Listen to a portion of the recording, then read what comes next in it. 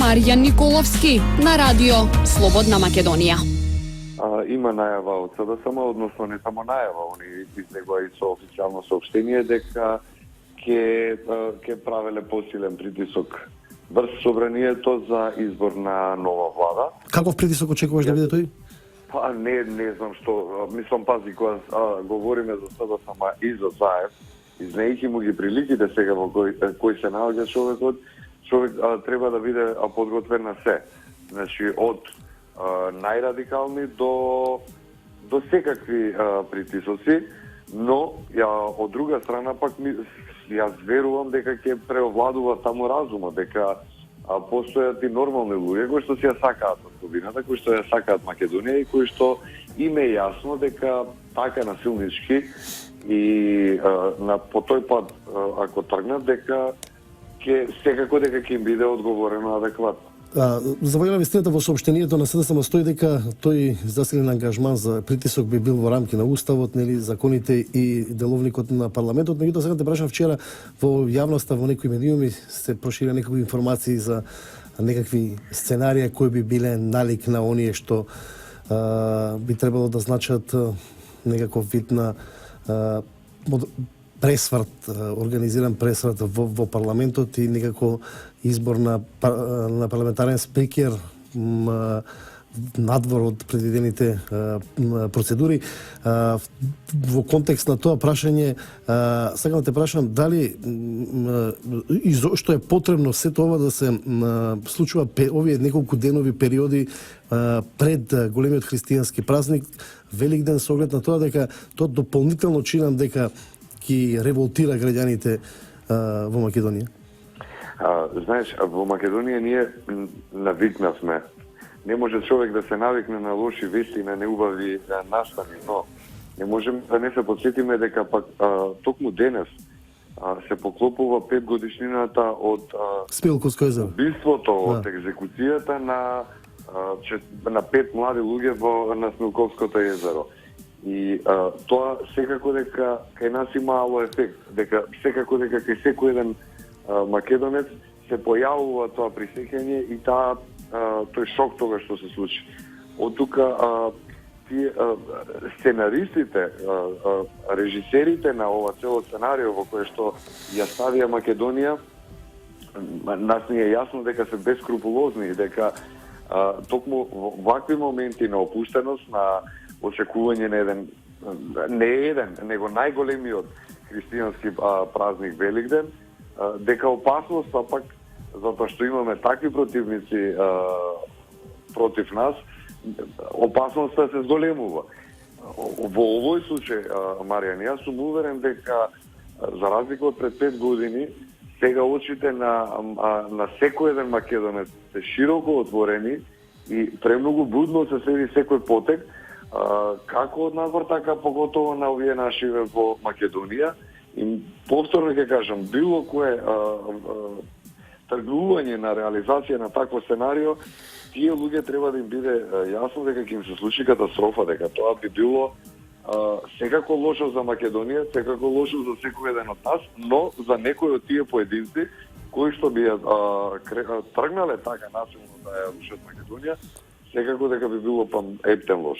Мислиш дека ова што во медиумите се шпекулира, се кружи како информација може да има реална основа или станува некаков предмет на подгревање на тензиите? Сепак не верувам дека некој и во Социјалдемократскиот сојуз би сакал на ваков начин во овој период да се решава оваа политичка криза. Веројатно толку години, 2 години, 3 чекаме, може да чекаме да помине и Великден барем. Така е, но кога пак ќе ти повторам, да се работи за негде другде, па може човек и да ние во Македонија навикнавме на се, ние видовме се и ние знаеме дека имаме противници кои што се подготвени на се. Што има понатака да мене ме чуди, ако некој онаа тиранска платформа ја гледа, македонец ја гледа позитивно. Значи тука повторно немаме за здрава логика. Не говориме ние за нешто што е нормално и што секој еден нормален човек, јас, ти, било кој, сега во моментот ги поима така нештата, па на крајот на краиштата најголем душман да ти е некој од спротивна религија, муслиман ли е, будист ли е, што и да е, ќе рече човече, тогаш му е верски празник, тогаш е света работа, валја има нешто тоа човечко во него. Но, ќе ти повторам, во Македонија ние видовме и гледаме и понатака настани кои што не тераат на секој сценарио гледаме многу трезвено. И неред такви сценарии ние кога сме ги читали и кога сме ги слушале, сме викале не е можно ова, нема шанси ова да се случи. За со тек на време, побрзо или подоцна, да немал дел од тие такви сценарии и се реализираат. Сепак зборуваме за политика, за политички актери, парламентарци, политички лидери. Минатиот пат кога беше гостин во мојата емисија зборувавме и на таа тема, и тогаш не беше прилично оптимист дека може да се најде некој друг политичко решение. Сега пак те прашувам, може ли е било каков политички диалог, седнување на маса на лидерите на политичките партии, с оглед на тоа дека парламентот дефинитивно е блокиран, од друга страна за мнозинството, односно пратениците на СДСМ, на ДУИ, БЕСА имаат мнозинство во тој парламентарен состав. Може ли очекуваше дека може сепак надвор од сите тие црни сценарија за државен удар, за преврат, за насилно избор на председател, да постои и солуција во која што како политички лидери, како политичари, како парламентарци сепак може да седне, да се разговара и да се најде политичко решение на оваа криза? Маријан, јас сум секогаш оптимист. Јас сум сигурен, значи дека лидерите на политичките партии ќе седнат и ќе се договорат. Има две големи прашања кои што јас не можам ни во моментов да ги одговорам, ни пред месец дена кога или повеќе кога сум гостувал во емисијата. Тоа е факторот време, значи кога ќе биде тоа седнување. За мене би било вчера да седнат најдобро и за Македонија. Ама пред месец дена многу повеќе ми изгледале, сега не велам дека има приближување било какво во јавност, но свесен сум дека ќе мора да дојде до тоа. Така што факторот време, јас не можам да го прецизирам. Мислам дека со започнување на летото веќе ќе мора да се седне и да се разговара. Сега второто прашање на кое што исто така јас не можам да дадам одговор, а зависи повторно од македонските политички лидери. Под македонски политички лидери говорам за оние кои што се со парламентарни групи таму, кои што имаат пратеници, а тоа е дали ќе седнат сами, што исто така јас би сакал така да биде и верувам дека секој еден нормален македонец тоа го посакува, или со некое посредство. Ако е со посредство, мора едноставно и понатака Соединетите Американски држави е наш најголем стратешки партнер и реално најголема светска сила. Се случија изборите и во Америка и во Македонија со еден месец разлика. Да не ги повторуваме нештата околу Трамп дека треба да се ги фати нештата во својата земја, се уште во свој раце, кратко е времето, но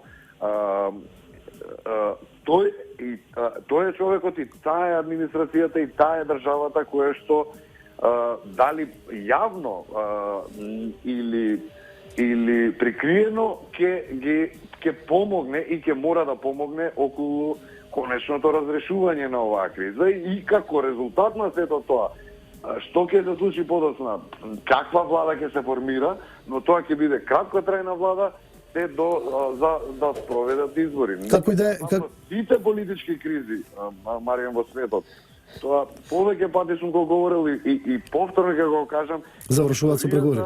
Не учи дека завршуваат со избори. Така и со политички договор. Така е, не може едноставно и најкрвавите војни во светот и најголемите судири помеѓу држави, на крајот седнале тие две држави, одреден број на политички представници од едната и од другата држава и се договориле. Да не говориме сега ние за во Македонија дека едноставно сега му се може на заев вака да се однесува а од друга страна пак треба да имаме разбирање за албанските, до некаде треба да имаме разбирање за албанските политички партии, затоа што во Македонија на секого му е јасно дека албанските политички партии во ваква ситуација, без директива од Вашингтон, не реагираат, едноставно се во стоп мод. И тоа е она што ни се случува сега во Македонија, затоа што да потврдам, ако албанските политички партии сакаат реванш со Заев, тоа ќе може на денешната седница да се случи. Едноставно, сега, но тоа е така. Како што СДСМ со ДУИ и Алијансата имаат 62 пратеника, ВМРО и ДУИ имаат 61 пратеник, кои што се доволно за да изгласаат распуштање на собранието и излегување на нови избори. Тоа е и уште ова само да го кажам, затоа што во таа равенка да не излезе непознатата, ама СДСМ нема да иде на избори. Да, тоа го правеше го правеа лани, но со сериозно тапшање и ветар во грб од амбасадорот Бейли, тоа им беше дозволено така да прават. Во ситуација кога не би го имале они тоа, не сум сигурен дека нема да излегуваат на нови избори. Мислам дека Македонија се наоѓа во ниво на многу висока политичка тензија. Во таква ситуација, мислам дека трпението е при крај кај сите политички партии и дека во таква ситуација сите политички потези ги доживуваме многу емотивно. Во таа смисла јас очекувам дека опозицијата, односно сегашното парламентарно мнозинство, како што речи го, дека ќе направи некаков потек за одлокирање на процесот и за прекинување на таа процедурална расправа, како што ја нарекуваш во собранието, но не знам колку брзо и колку условно речено агресивно тоа ќе го прават. Со кои механизми, не знам ни со кои механизми се договорени и така натаму. Точно е дека од другата страна имаме исто така една политичка конфигурација која е со висока политичка тензија, бидејќи целата ситуација е со големи влогови. Така што не сум сигурен колку брзо тоа може да се отплете и дали тоа ќе предизвика дополнителни тензии на терен. Мислам дека да, но не мислам дека може да се расплете многу брзо. Еве зошто. Мислам дека самата коалиција, сегашното мнозинство во собранието, не е подготвена по самите нивни најави да оди на некаква револуционерна варијанта. Туку сепак тоа ќе биде низ институцијата на системот, кои секогаш не се толку брзи. Тоа е прво. Второ, гледаме дека меѓународната заедница и покрај нивните најостри пораки некакви конкретни потези во овој момент не прави. Значи, нема санкции, нема заплена на имот и така натаму. И трето, гледам дека ВМРО да помене и коалицијата која е со нив, цврсто го држат, условно речено, цврсто ја држат тврдината. Овие три варијабли заедно ми говорат дека расплетот нема да биде толку брз, а дали ќе биде драматичен, тоа допрва останува да се види. Имавме досега 50 најави дека тоа ќе биде некаков драматичен пробив, па ниедна од нив не се оствари. Мислам дека сепак ќе мора да се најде некакво политичко разбирање, политичка волја помеѓу сите партии. Сите да се вразумат во својот дел.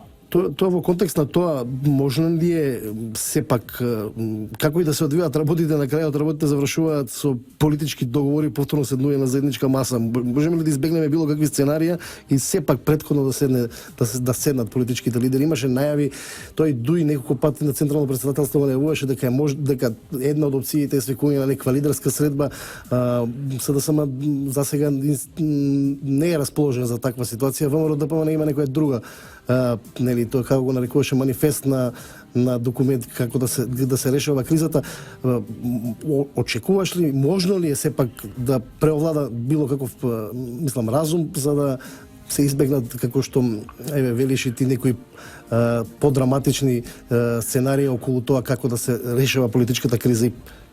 Јас не верувам дека такви преговори и таков договор е можен само со политичката сила на локалните политички играчи. Мислам дека сепак меѓународната заедница е таа која мора да биде ментор на тој процес. А зошто ја нема? Некако е пасивно овој период за изминативе 2-3 години беше многу активно поглед на тоа свекување на тие лидерски средби. Еве зошто мислам дека ја нема. Мислам дека во Европска унија тие се веќе заглавени со своји сопствени проблеми и многу има мал фокусот на проширувањето, па уште и функционална демократија во земјите кандидати.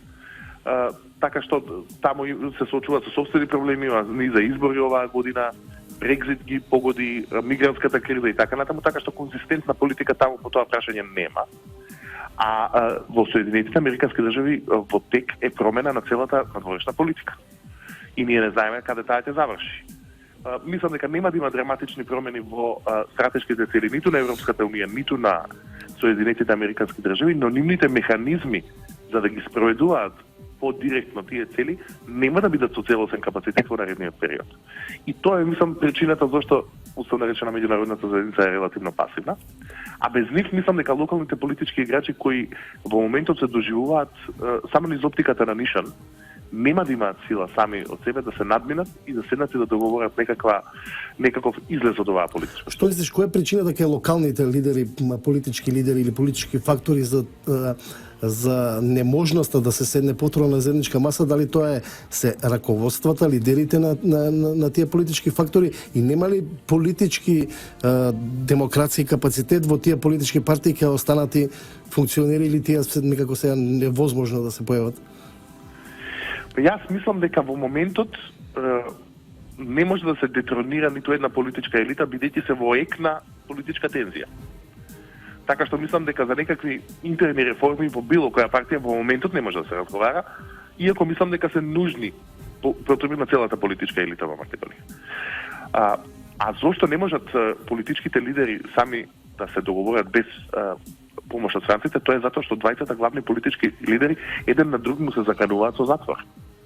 Така што тие направија ситуација во која или едниот или другиот мора да изгуби целосно. И тоа прави за нив да е многу тешко да направат било каков компромис. Добро, само уште едно подпрашање со оглед на контекст на првото мое прашање. Сепак околу чувствителноста на периодот, зборуваме околу великденските празници, мислиш ли дека политички е коректно и логично да овие најави за некакво брзо решавање на политичката криза треба да се случуваат сега или сепак може да се остават работите за повеликден, да се малку порелаксирана состоја, барем од еден друг аспект, зберам од еден верски аспект, религиски, кој што ова општество сепак на еден или на друг начин верскиот елемент го чувствува како многу чувствително, особено кога нешто се случува во такви денови. Па не знам дали можат или не можат да ги одложат. Мислам дека секако не може да се заврши било што пред Великден, а дали одложувањето би донело некаква полежна атмосфера, претпоставувам да, но мислам дека основните позиции на партиите нема да ги промени. Така што не гледам некаква голема разлика во процедурата, дали тоа ќе се почне или ќе се заврши ќе се почне пред Великден или ќе се почне по Великден. Сепак тоа мислам дека ќе трае, така што дали некаков помак може да се направи пред или после тоа, мислам дека не ја менува вкупната политичка система.